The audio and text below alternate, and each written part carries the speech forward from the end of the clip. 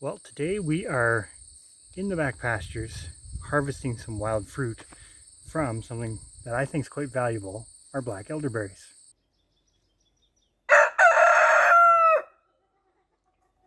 So black elderberry is a basically native plant to Ontario, and I would say it's fairly valuable. We're kind of thinking ahead to winter and cold season and all that wonderful stuff because it's one of those funny fruits or funny berries. I don't know which one it really is because they're quite small, but one of those fruits that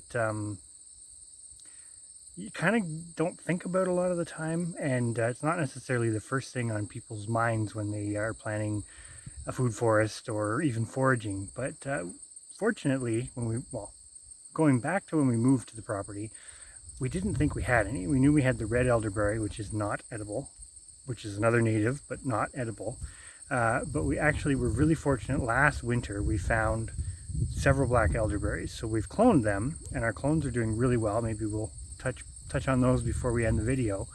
But we're back here with some of the wild ones that are growing along the fence row.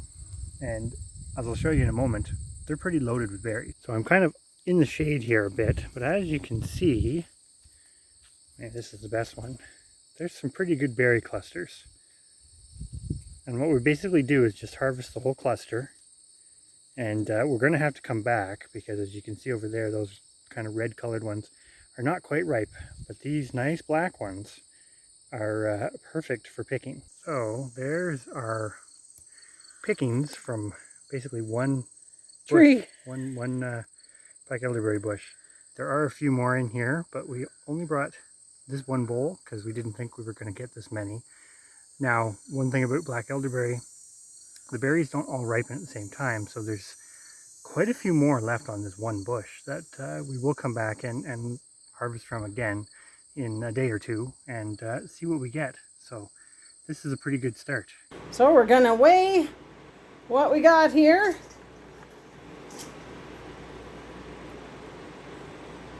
We should have taken a bigger bowl, we know, but we're going to go back and get the rest. But so far, 540 grams. 540 grams, that's a little, about 1.25 pounds, so not too bad. That is with stems, but still, yes. It's not bad. And we should let you in on a little secret. We actually harvested some yesterday too, but here's what we got there. So yesterday we harvested this little sour cream container, which is basically almost 2 cups. So we almost have 2 cups. It was a 266 grams. So all in all, not too bad. We've looked up some recipes for how to make this syrup, which I think we're going to tell you a little bit about. So this is something we actually found, a product that is made with the black elderberry, and we've been using it. It's works pretty well. It seems to, maybe it's in our head, but it seems like it works. But this is $25 Canadian a bottle. So it'll be interesting to see when we get done our black elderberry harvest what we actually end up with, because yeah, that's fairly valuable for its medicinal property. And black elderberry, like a lot of other berries, definitely has a lot of nutritional value too. So definitely don't want to overshadow that.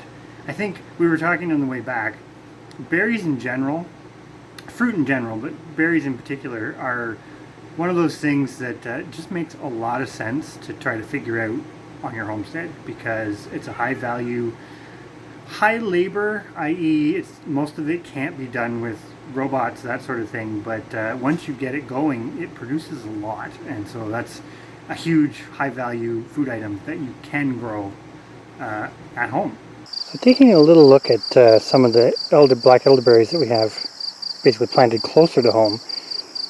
This is one of two. Their named variety, I do not remember the name, that we planted last year. We had purchased them as basically on sale, and they were in pretty rough shape. But essentially we put these cages on them just to protect them. But as you can see, the growth this year is astronomical on these plants. These are very, very fast growing woody plant. And here is the second plant. And as I say, both doing amazing. These are actually situated really close to the house.